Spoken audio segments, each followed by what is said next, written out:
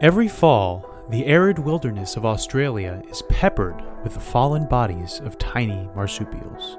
But what could create such a grisly scene? Predators? Disease? Global warming? The answer is none of the above. The brown Antechinus spends the month of August focused on one thing to the exclusion of all else, and it costs him his life. In the immortal words of the mighty Obi-Wan Kenobi, he's done that himself. But why such a sad ending for such a cute animal?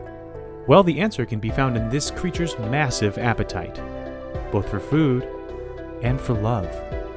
But you gotta give it your all if you want to pass on your genes here in life, death, and taxonomy.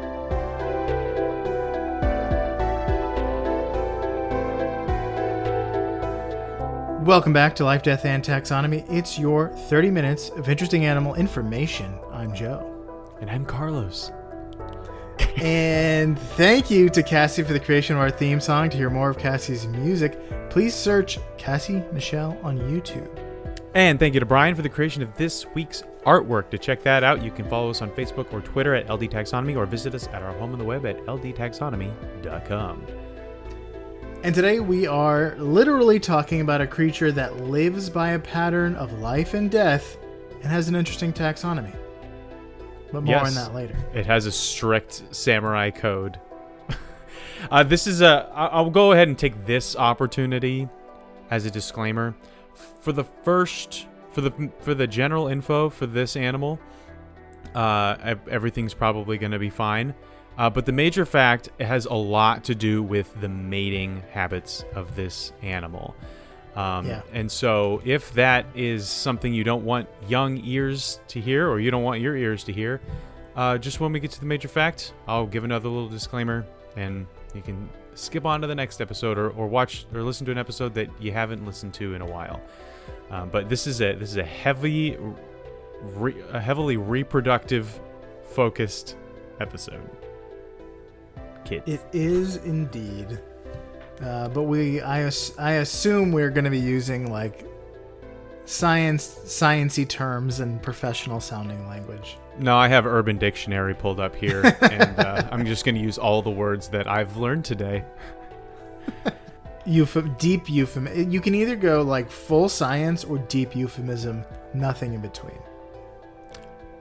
There's a limit to the euphemisms. Almost like I can make up euphemisms, and in the context, you just get it. Yeah, that's a good method. Yeah. Methodology. But what are we talking about? We're talking about the brown Antechinus. Is that how you would say that? Yeah. Antechinus or Antechinus? I don't want to say Antechinus 100 times. Hold on. I can't believe I didn't. Let's see what the lady in the computer thinks. That she says Antechinus too. But it's Antechinus sounds like it's right. It's Australian. It is indeed. But what else does it be called? What else does it be called? This is what it be called. It's also called Stewart's Antechinus. I love it. It's also called Maclay's marsupial mouse, which is great. Whoever Maclay is, but I like marsupial mouse. But I'm gonna call it Stuart Lottle. I was gonna ask to guess the two, like some references that you'll probably make.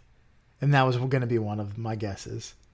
Oh, if you can guess the last one, I will give you. I'll let you continue. I don't know. Extra credit I'll towards give you one half of this podcast. Extra credit towards the either binomial towards critter groups or critter groups. I doubt it's the right thing, but I was going to guess something about the rescuers down under. Nope. Okay, good. It's not the same thing. I didn't even think of the rescuers. Also known as the mighty mating mouse marsupial. Fair. Which is kind of a hybrid of Brian's nickname, which I think was just Mighty Mouse, but it's a marsupial. And then the last one is Patrick Henry. Patrick Henry. Yes, the founding father who famously said, "Give me libido or give me death." Wow. Okay. That's good. Yeah. So if that doesn't clue you into the nature of this episode, there you go. That's a classic joke structure. Yep. I'm glad it executed well. So how do we science this boy? Well, we science this way. It's in the kingdom you know, love, and reside within. The kingdom Animalia. The phylum is Chordata. The class is Mammalia. The infraclass is Marsupiala. Mm-hmm. Which is interesting when you look at it. The order is... Here we go. Dasyuromorphia. Yeah. Or Dassy? Dasyuromorphia? Yeah, could be. The family is Dasyuridae or Dasyuridae. Probably not a Z sound. Or a long A. And the genus is Antechinus. The name of the animal. That's what we settled on. Or Antechinus. No, it's Antechinus.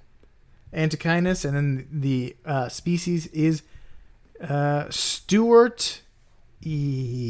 Stuarti. Yeah, Antechinus stuarti. It's Chef Stuarti.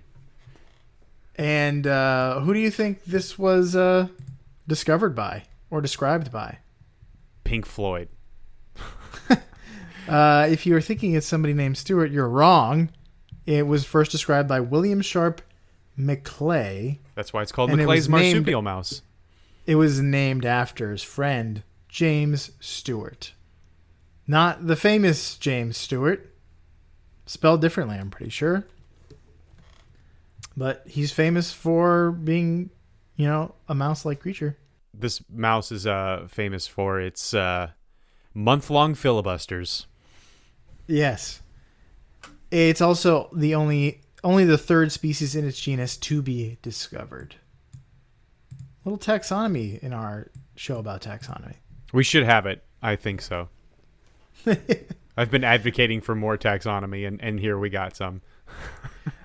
Speaking of taxonomy and names, we are in the business of naming things, and business is... I already made that joke. It's time for my favorite part of the show, critter groups. The part of the show where I ask you, Joe, a question, and the question is the same every time. What is the name of a group of this animal? What is the term of entry, or what is the collective noun? There isn't one that I could find for Antechinuses, assuming that's the plural. But they are closely related to other Australian marsupials, such as the wombat. And I don't think we're going to tackle the wombat, so if you saw a group of wombats, would you say A, it's a wisdom of wombats, B, a wallop of wombats, C, a wilt of wombats, or D, a whimper of wombats? If you look at it, it looks like a wallop. That's of this rotund little animal, wallop is the only one that rings true when you look at it. Okay. I don't think you could accuse it of being wise. It doesn't look wise. It looks adorable and small and round. So I'm going with wallop. Final answer. Incorrect. What is it? A wisdom? It is a wisdom. What? It's not an owl. Owls are the only wise animal. They're already in Parliament. That's as wise as you can get. Ask anyone who has a parliament. I'm sure everyone who has a parliament would agree that it's the pinnacle of wisdom. So it's synonymous with wisdom. So it's basically just a metonym for the concept in general. So they were free to delegate wisdom to some fluff ball. Well, the idea that this fluff ball is just a repository of wisdom is really funny. It's sagacious. I also have thesaurus.com pulled up. right next to Urban Dictionary. But yeah, so I mean, it's not the Antechinus is not a wombat. It does not look that much like a wombat, but it is relatively closely related, much more closely related than it is to mice, despite its appearance. And speaking of appearances... Speaking of appearance, here's what it looks like. If you haven't already Googled it or seen the art. At first glance, you'd swear this little marsupial was a mouse, or maybe some sort of small shrew. But it has a perfectly pointed snout, big ears, a furry round body, and a long tail, like a mouse. It's got light brown hues with counter shading, obviously. And their feet, the only thing that kind of diverges from what you'd expect from a mouse is their feet are very wide with thin fingers, sort of like a possum, which, It's also a marsupial. Which differs from the small, slender mouse paw. But both have kind of like people hands, little fingers. Little pink ones. Yeah. But that's all I've got for that, except for the fact we said it was small. What could that possibly mean?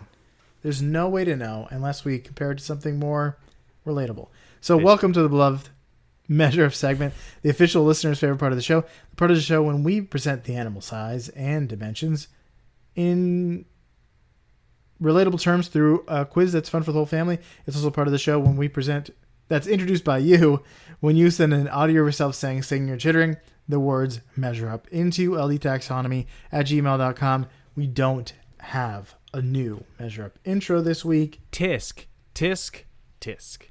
And that's on you. Maybe I say that part too slowly, but you can send it in. You can send in a Measure Up intro. You say it too quickly. Yeah. It's like when they give you all the side effects of a medication at the end of the commercial, you're supposed to not catch that. Or if you don't want to send in, if you just love having Carlos guess animal sounds, send me an animal sound and a quick little hello, and that'd be great. But hello, animal sound. When we don't have a Measure Up intro, that means we get to hear from an animal, and Carlos has to guess what it is. It's introduced by an animal that doesn't know it's doing it. The poor things. But without further ado, the listener's favorite part of the show.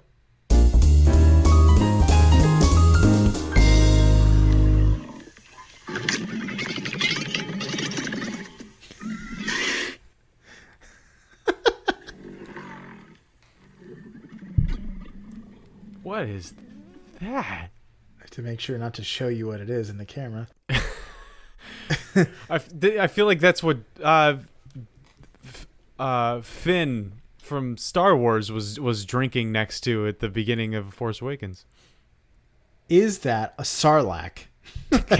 Just kidding. Is it A, a crocodile, B, a camel, C, a pilot whale, or D, an elephant, or E, my rumbly tummy? My rumbly tummy. I don't think it's a crocodile. Too bubbly. Too much. Too gurgly and bubbly for that. Possibly a camel.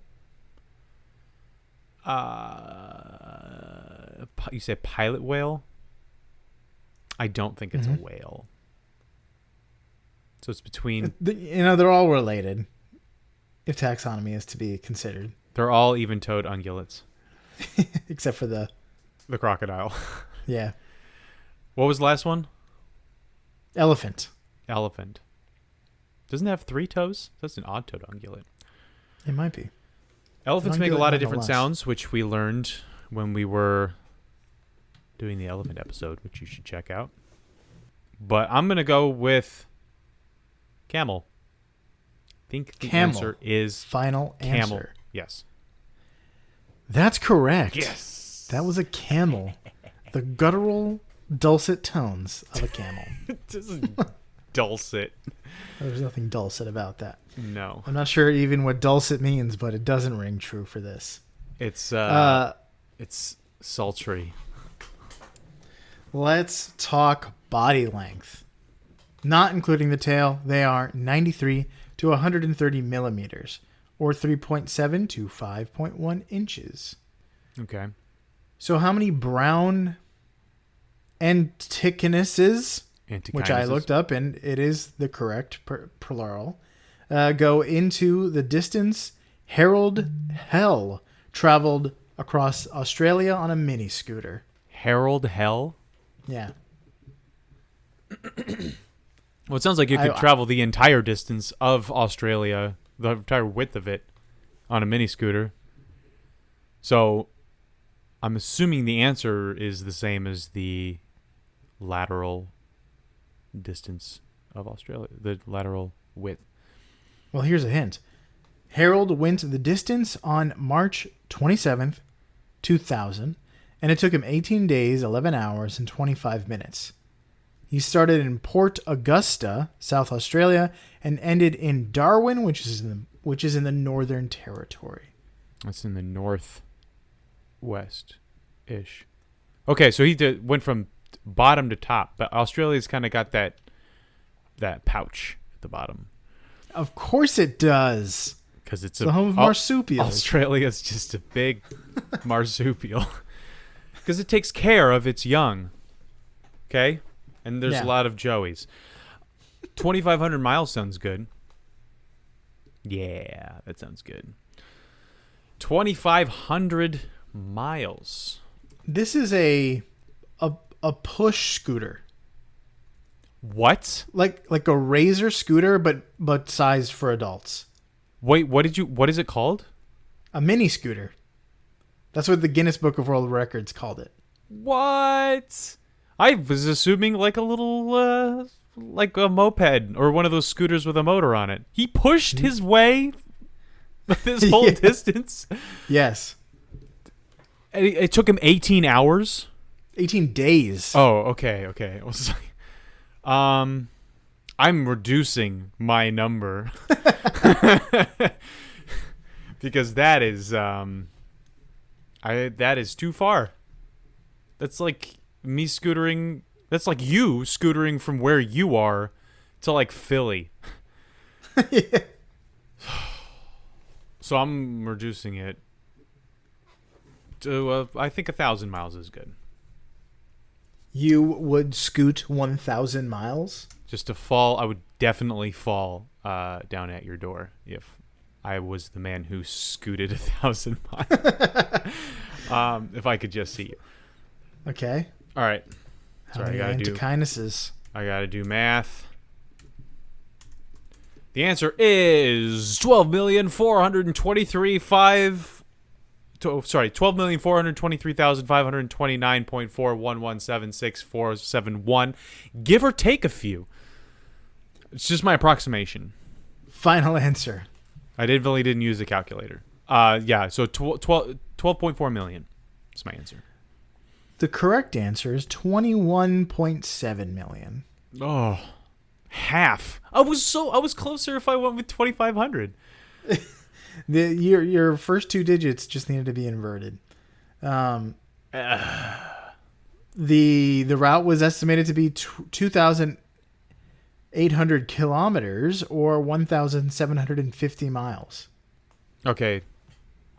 I would not have been closer if I had gone with 2,500 miles. That was exactly in the middle of my two guesses. Basically. Okay. Wow, that is such is the game.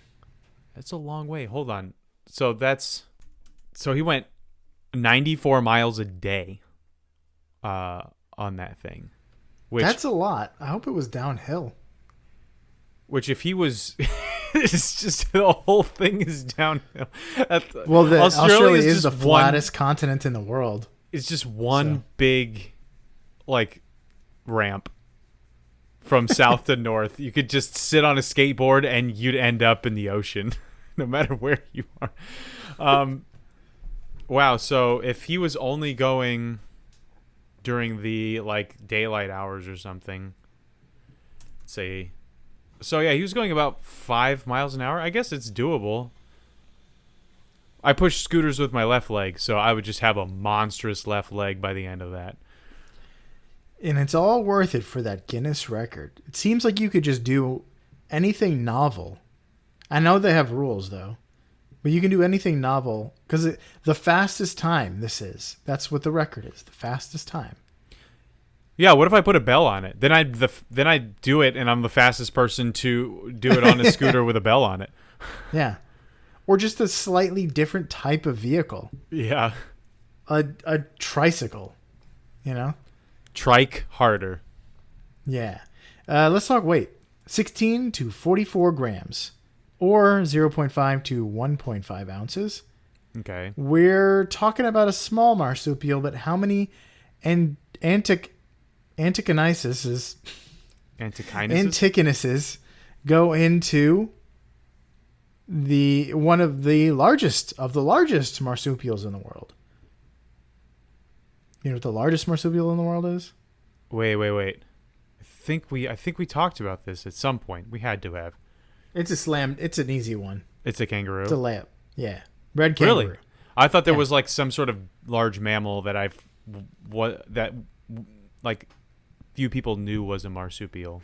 Kind of like few people know that the capybara is a rodent, and so it's the largest rodent, but people are like, what? Yeah. There might have been, there's probably larger ones in history, but extant, it's the red kangaroo.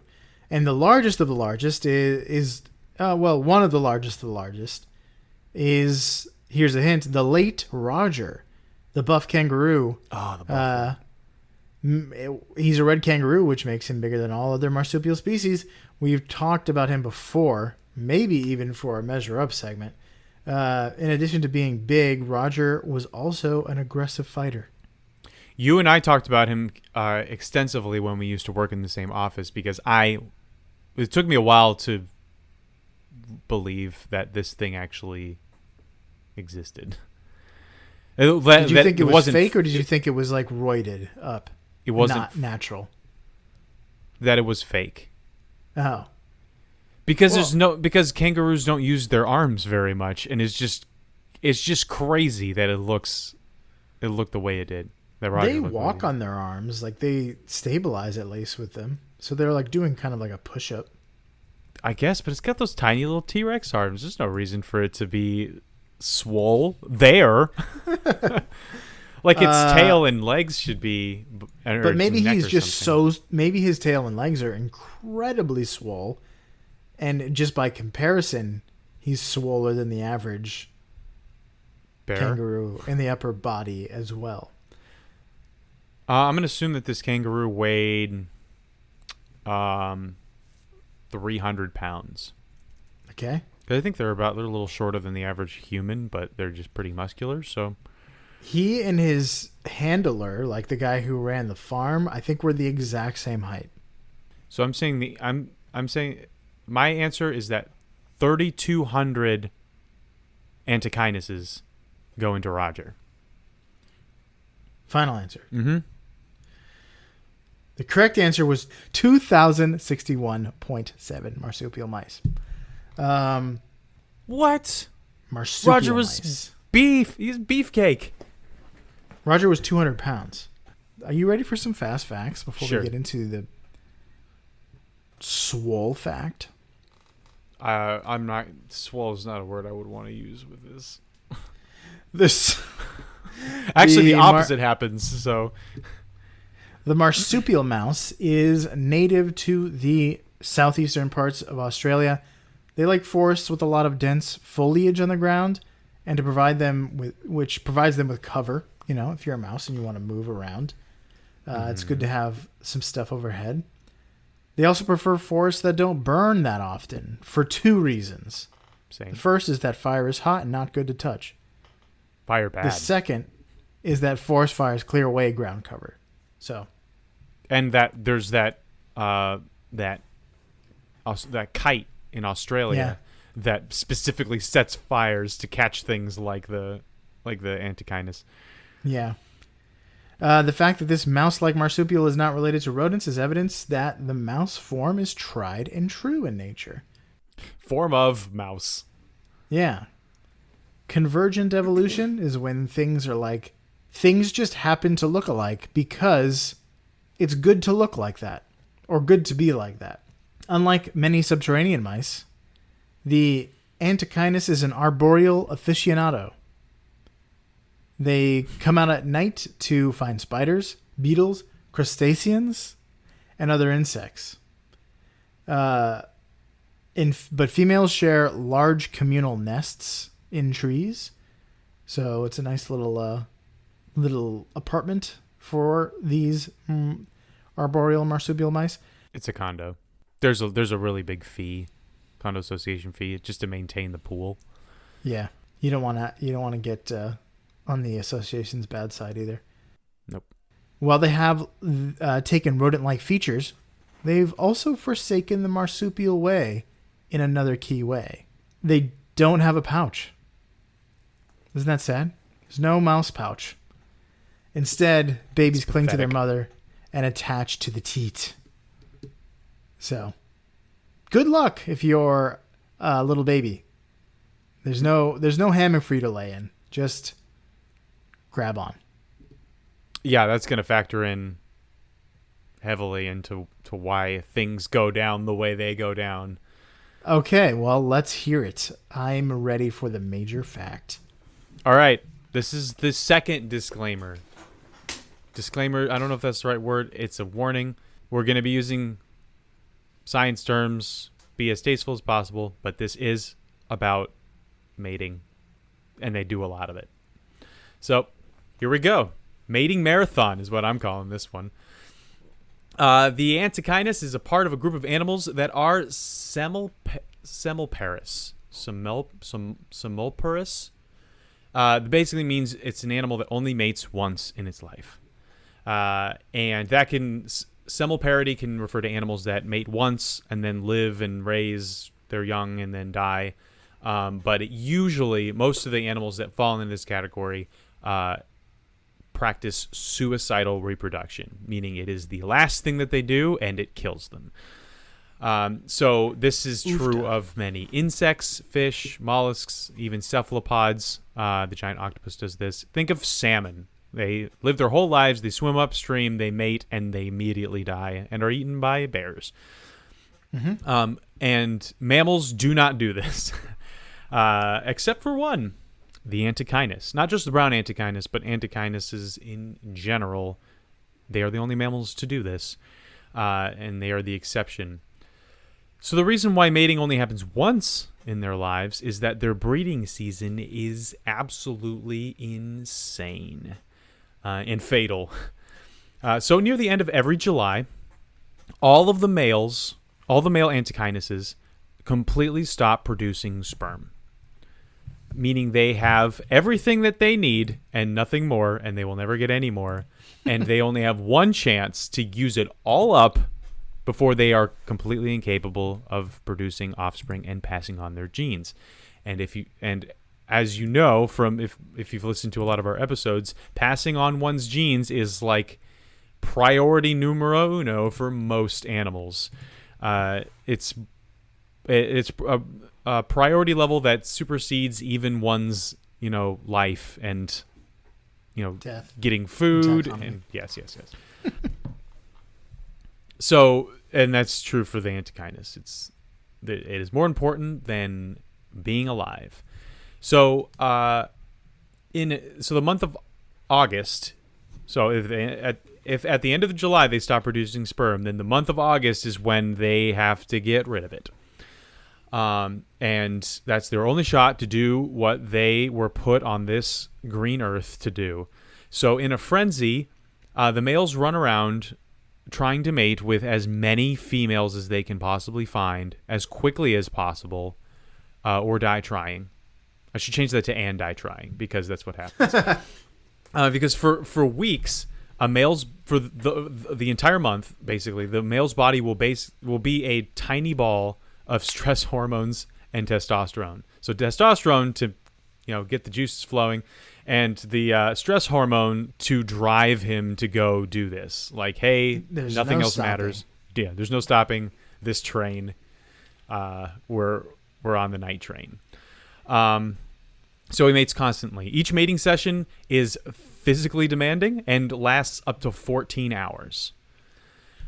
Yikes. So it's not like it's not a quickie like a lot of animals do. This is a serious. That's what I would here. assume for a mouse. You know.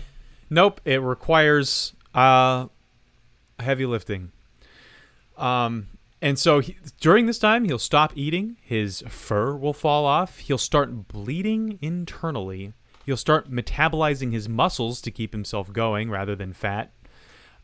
His organs will start to shut down, and eventually he will just fall down and die from exhaustion. So before they reach 1 year old, every male Antechinus has boogied itself to death. Why? That is not like there would be a lot of jokes, and I'm sure in researching there were a lot of jokes on the internet about like what a great way to go, you know? Yeah, you literally it's like running to death. It's like you're it's a slow death. That's not fun. Yeah, it's if you're a Futurama fan, this is Death by Snoo Snoo. Yeah. Is that the other reference you thought I was going to go for? Oh. I was thinking about that, yeah. Which in that show is seen as a great way to go. You know, yes, slowly dying over the course of a month as all of your organs fail, your hair falls out, and you bleed internally as your nervous system takes over your brain and forces you to go on this spree. That doesn't sound like a good way to do anything, let alone this. There's no romance. Where's the romance? Yeah. Light a candle for this little mouse. And then put it on a little boat and send it off into a lake. As we remember our fallen brothers. Yeah. So it's a good question is why does this happen? Like of all the animals, all the mammals, like there has to be a better way to do this. And at first researchers thought that the males were being selfless. These brave heroes. And having fulfilled their glorious purpose, they sacrificed themselves to leave the resources for their posterity. How nice of them. Others thought that females were easy prey and often died after breeding and giving birth, so mating with as many as possible would hedge the male's bets to one of them surviving and passing on their genes. That makes a little bit more sense to me. But the most recent and strongest theory revolves around their diet. Antechinuses mainly eat insects, as you mentioned, and in Australia, and specifically where they live, insects arrive in peak numbers and in large waves called a bonanza. So it's what's happened is the females will have timed their birthing season or the time where they're receptive to male advances, which is biting off a lot more than you can chew, I think, if you're a female in this species. It's like give an inch, take a mile kind of thing. So they've timed it with the start of this bonanza so that they will be able to eat enough to suckle the young that they have. Like you said, they don't have pouches. But they're still marsupials, not mice. So they give birth to severely underdeveloped young called joeys, and which are incapable of doing anything, and are extremely vulnerable. And this is all casting aspersions on you. Just apply it to your life. Incredibly vulnerable. Yes. Very hungry. And beat red. Yeah. I'm wearing a red shirt today. You are. And it takes 4 months for a joey to no longer need its mother and to be able to eat its own food. Looking at you. Yeah, it just took 4 months. By 4 months, I was walking. Yeah, you had a job. Yep. You had a 401k. It was remarkable. Yeah. I wasn't even there for it. You're older than me. I was floored, and I wasn't even existing yet.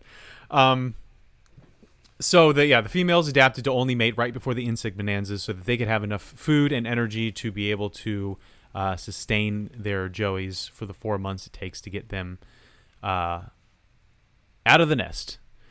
So therefore, the males in turn adapted to maximize their mating potential during those few weeks in August when the females are receptive, just before the bonanza.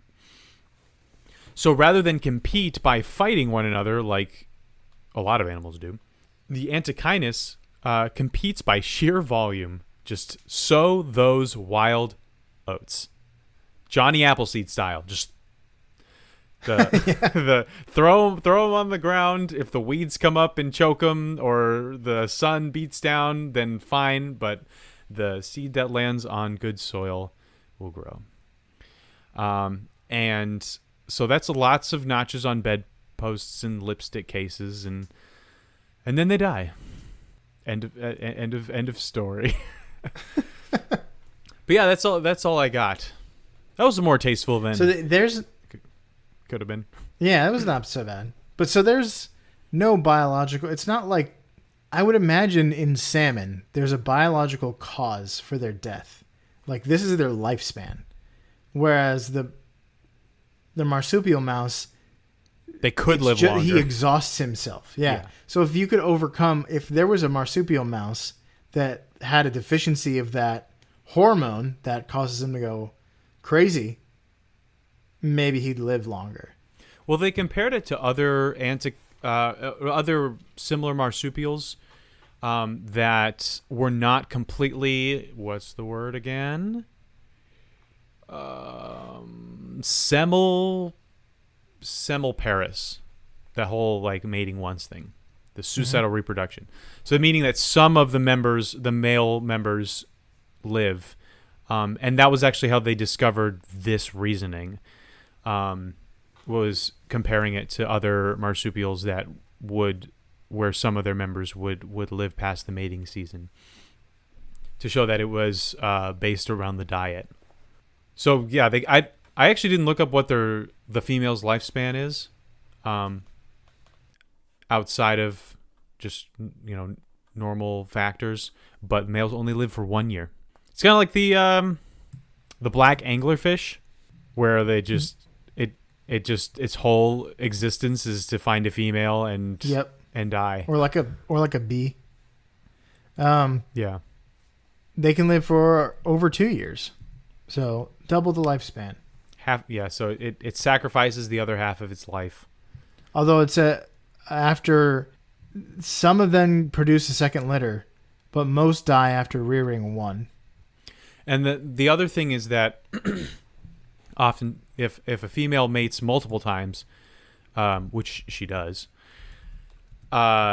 it's usually the most recent male is the one who fertilizes the female. It can displace the sperm of previous competitors. It's like an antagonist. It's like a Narcan.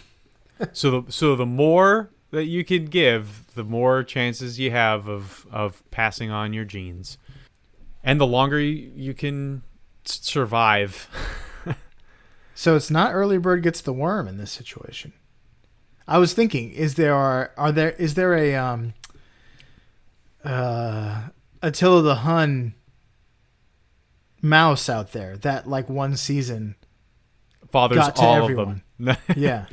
But no, it keeps going, and like the last one before it, like the last mate it gets off before it dies is the most likely to pass on the genes. So it's not a sprint, it's a marathon. It's an endurance test. It is 3-ish weeks of mating, and that's why I call it the mating marathon. It mates itself to death. Death by snoo. Do you have anything else? That's all I got. All right, that was the brown Antechinus. Thanks for sticking around. Welcome back, everyone who left from just the scandalous nature of this major fact. But for you out there in Podcastia, pace yourself, take care of your physical and mental health, and indulge with moderation, unlike the brown Antechinus here in Life, Death, and Taxonomy.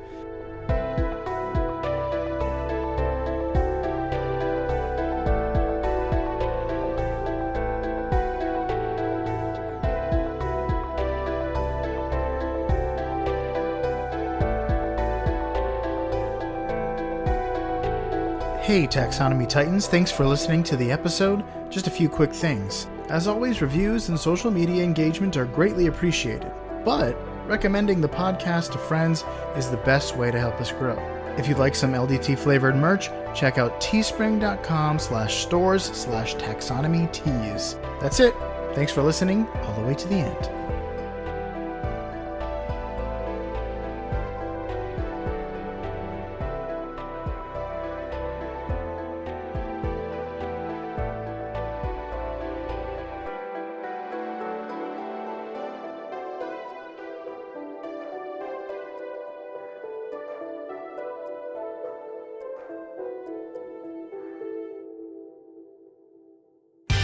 Life, Death, and Taxonomy is my favorite in the world podcast. It's good that you said unlike. I had to go negative on this one. I couldn't think of any traits that I wanted anyone to emulate from the brown Antechinus. I guess breathe. Yeah. Or sometimes it's good to focus on one thing. To the exclusion of all else. Yeah. No.